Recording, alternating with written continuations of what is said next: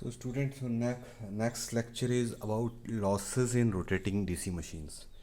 तो आप लोगों ने जैसे ट्रांसफार्मर पढ़ चुके हैं आप लोग, तो ट्रांसफार्मर आपने पढ़ा होगा कि हमारे जो लॉसेस होते हैं वो ट्रांसफार्मर में भी दो तरह के लॉसेस तो मेन थे। मैकेनिकल लॉसेस ट्रांसफार्मर में नहीं होता है क्योंकि वो स्टैटिक डिवाइस है, इसीलिए मैंने यहाँ पे लिखा losses in rotating DC machines, मतलब ये जो है रोटेट कर रही है, राइट।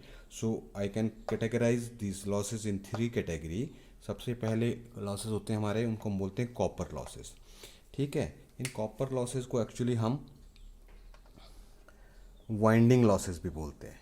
ठीक है, वाइंडिंग लॉसेस हम इनको क्यों बोलते हैं, क्योंकि ये वाइंडिंग में होंगे, राइट। अब वाइंडिंग हमारी कहाँ कहाँ होगी वो डिपेंड करेगा। हमारी वाइंडिंग कहाँ कहाँ होती है, आर्मेचर में हमने वाइंडिंग की हुई है तो आर्मेचर में कॉपर लॉस हो, फील्ड को हमने वाइंड किया होगा तो फील्ड में कॉपर लॉस होंगे।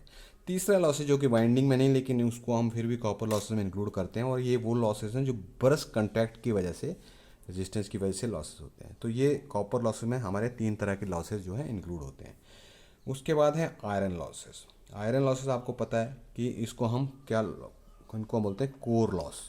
कोर लॉस मीन्स ये उस पार्ट में होते हैं जो जो हमारी कोर होती है। कोर हमारी कौन सी होती है, जिसके ऊपर हमने वाइंडिंग की होती है, इसका सॉलिड आयरन पार्ट जिसके ऊपर आपने वाइंडिंग, जैसे आपका स्टेटर है, स्टेटर में आपने बीच में वाइंडिंग को डाला हुआ है, तो ये स्टेटर जो पूरा का पूरा है लोहा है, ये स्टेट आयरन पार्ट है, इसको हम बोलते हैं कोर। सिमिलरली आर्मेचर है आपका जो घूम रहा है, उसमें आपने वाइंडिंग्स डाल रखी हैं ऐसे ऐसे ऐसे, राइट। तो ये पूरा आर्मेचर का जो आयरन पार्ट है, इट इज़ योर कोर। सो इसीलिए आयरन लॉसेस को हम कोर लॉस भी बोलते हैं। और कोर लॉस जो हैं हमारे दो तरह के होते हैं, हिस्टेरेसिस लॉस और एडी करंट लॉस। ठीक है। तीसरे जो लॉस है मैकेनिकल लॉसेस, ये लॉसेस हैं जो डीसी मशीन रोटेटिंग मशीन्स में होते हैं, ना कि ट्रांसफार्मर में, क्योंकि ट्रांसफार्मर मूव नहीं करता है, रोटेट नहीं करता है, स्टैटिक डिवाइस है, right. So mechanical losses include your friction losses जो कि बेयरिंग में होंगे आपके, और विंडेज लॉसेस जो कि एयर फ्रिक्शन की वजह से होते हैं, right. So one by one हम लोग इसको डिटेल में डिस्कस कर लेते हैं।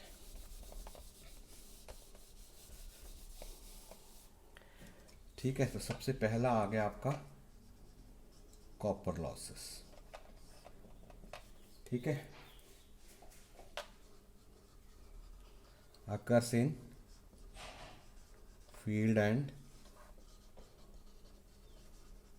armature winding। ठीक है, जैसे कि मैंने बताया, and due to brush contact resistance, right। Generally they are also called I square R losses। now armature में क्या होगा,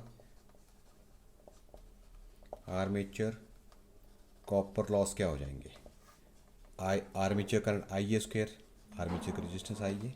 सिमिलरली फील्ड कॉपर लॉसेस क्या हो जाएंगे, फील्ड का करंट क्या होता है आई एफ स्क्वेयर, और फील्ड रेजिस्टेंस आर एफ लेके लेते हैं तो इधर, ठीक है, राइट।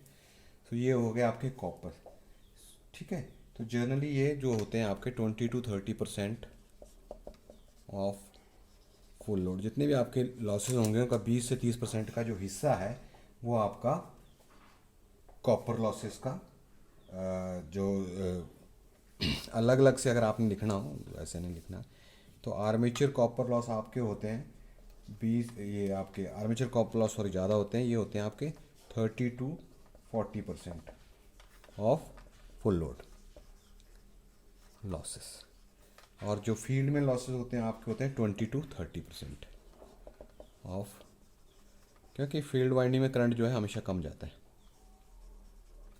ठीक है, और तीसरा जो है आपका ब्रश कांटेक्ट रेजिस्टेंस। ठीक है, ये भी आपको मैंने बताया था कॉपर लॉसेस में हम लोग इसको इंक्लूड कर देते हैं। ठीक है, so this is all about your copper losses. Now let us come to iron losses.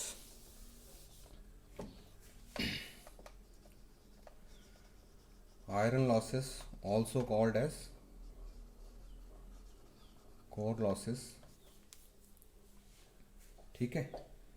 Now इसमें दो तरह के लॉसेस होते हैं, मैंने आपको बताया था। हिस्टेरेसिस लॉस आपने ट्रांसफार्मर में भी पढ़ा होगा। हिस्टेरेसिस लॉस क्या होता है? जो आपकी मैग्नेटिक रिवर्सल होती है, जैसे कि आपकी ये अब बी एच कर्व मैं बनाता हूँ, हिस्टेरेसिस कर्व जिसको बोलते हैं। इसमें बी यहाँ है और एच यहाँ है। जब इसमें इसकी किसी चीज़ को मैग्नेटाइज करूँगा तो वो इस तरह से कर्व बनती है, राइट। अब एसी में क्या होता है, आपकी मैग्नेटाइजेशन होती है, फिर डीमैग्नेटाइजेशन होती है, फिर आप जीरो मैग्नेटाइजेशन होती है, फिर नेगेटिव डायरेक्शन में मैग्नेटाइजेशन होती है, डीमैग्नेटाइजेशन होती है, फिर जीरो हो जाती है। तो यहाँ पे देखो पॉजिटिव डायरेक्शन में मैग्नेटाइजेशन हुआ, यहाँ पहुँच गए, ठीक है। फिर नेगेटिव में जब रिवर्सल होगा तो ये जीरो पे ना जाके it follows a path like this, और दिस इज द पॉइंट जब आपकी एच जीरो है, राइट। सो ये कर्व, उसके बाद ये नेगेटिव स्टार्ट हो गया तो ये नेगेटिव स्टार्ट हो गया ऐसे, ठीक है। ये नेगेटिव मैक्सिमम आ गया यहाँ पे, फिर नेगेटिव रिवर्सल जीरो ना जाके इस तरह से ये आके आ गया ये। तो these are the point, this is one, this is two, this is one, this is two, right. So आप यहाँ पे देखें हिस्टेरेसिस लॉस में, तो ये जो आपके रिटेंटिविटी रह जा रही है, जिसकी वजह से मैग्नेटिज्म रह जाती है, इसकी वजह से जो लॉसेस होते हैं उसको हम बोलते हैं हिस्टेरेसिस लॉस, ठीक है, राइट। सो जो अब हमारी जो फ्रीक्वेंसी है naturally, that frequency is basically given by P N upon 120, right. इसमें P is number of poles, N is speed in RPM. तो ये फ्रीक्वेंसी, इस फ्रीक्वेंसी के अकॉर्डिंगली हमें पता लगता है कि मैग्नेटिक रिवर्सल्स कितनी होनी है, right. So that is why ये जो हम एक फार्मूला देते हैं, ये उसको फार्मूला स्टीनमैन बोलते हैं। तो स्टीनमैन्स फार्मूला जो है उसके अकॉर्डिंगली हिस्टेरेसिस लॉस जो है आपका, that is given by sigma B max 1.6 F V watt, right. इसमें ये जो है ये स्टीनमैट्स कांस्टेंट है, स्टीनमैट्स कांस्टेंट, और जो वी है यहाँ पे ये है volume of core in M cube, right. So this is the formula for your hysteresis loss, ठीक है। Magnetic flux density, frequency, volume, Steinmetz constant. So ये आपके हिस्टेरेसिस लॉस हैं। सिमिलरली आयरन लॉस में दूसरे लॉस होते हैं, उनको हम बोलते हैं एडी करंट लॉस। अब एडी करंट लॉस क्या है, ठीक है। आपको पता है कि जब आपका आर्मेचर रोटेट कर रहा है तो वाइंडिंग में तो ईएमएफ होता ही है फैराडेज लॉ के अकॉर्डिंगली, लेकिन जो क्योंकि जैसे मान लेता हूँ ये मेरी कोर है, इसमें मेरी वाइंडिंग है ऐसे, अब ये कोर यहाँ घूम रही है, राइट। तो ये कोर घूम रही है तो इन वाइंडिंगों में तो ईएमएफ इंड्यूस हो रहा है फैराडे, लेकिन ये कोर, क्योंकि कोर भी आयरन की है, ये कोर भी घूम रही है, तो ये कोर भी घूम रही है तो नेचुरली फैराडे लॉ के अकॉर्डिंगली इस कोर में भी ईएमएफ इंड्यूस होगा।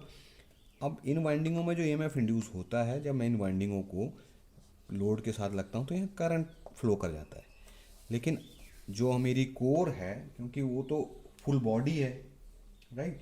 सो उसमें जो करंट है वो कोर में ही करंट जो है मेरे इस तरह से, जैसे ये कोर है तो मेरे करंट इस तरह से इसमें रोटेट करते हैं, राइट। सो ये पाथ एडीज बोलते हैं इनको, eddies, that's why this name is eddy, इनका नाम एडी करंट है, राइट है, ठीक है। तो पावर लॉस, इसकी वजह से जो पावर लॉस होती है एडी करंट की वजह से, उन पावर लॉस को हम बोलते हैं एडी करंट लॉस, ठीक है फिर, राइट। क्लियर हो गया। वाइंडिंग कट करती हैं तो ये वाइंडिंग में ईएमएफ होता है, कोर कट करी तो कोर में भी ईएमएफ होगा, ठीक है। तो उसकी वजह से जो लॉसेस होते हैं उनको बोलते हैं eddy current losses. So this is all about your iron losses, and the third is your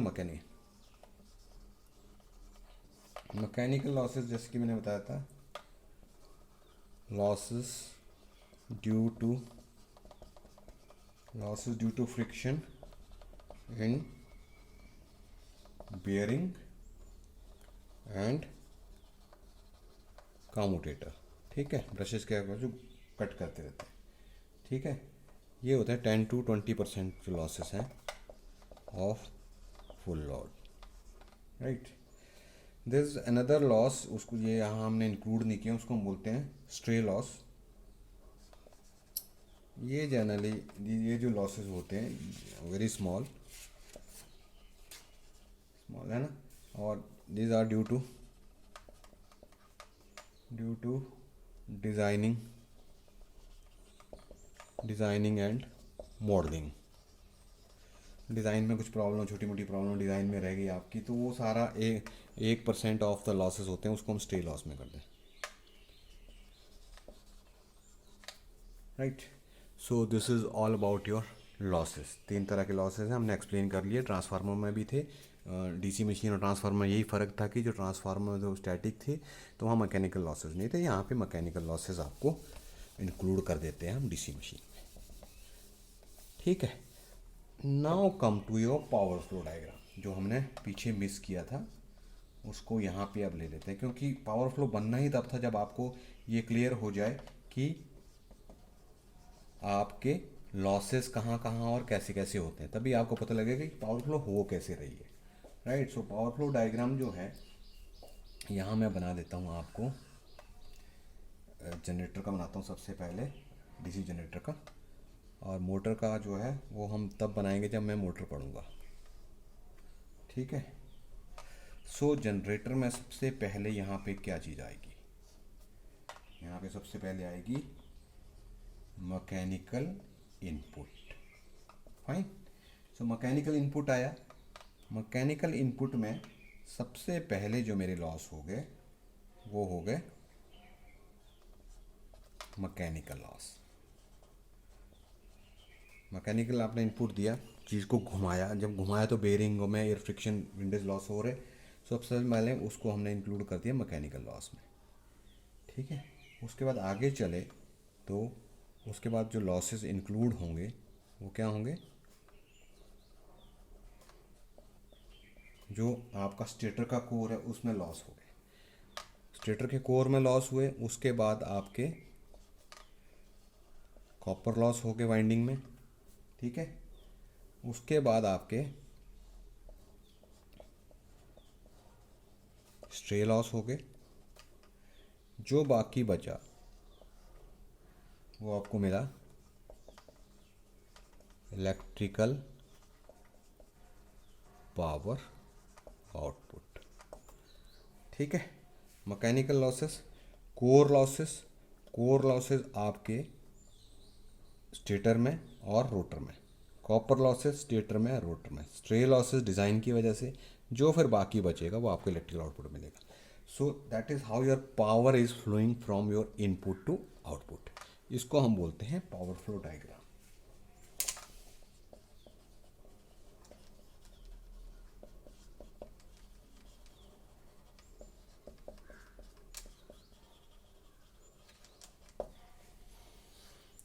clear है? ठीक है।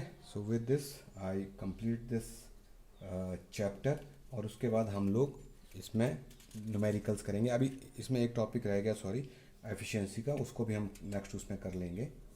ठीक है। और उसके बाद फिर हम लोग न्यूमेरिकल्स करेंगे। राइट। Thank you.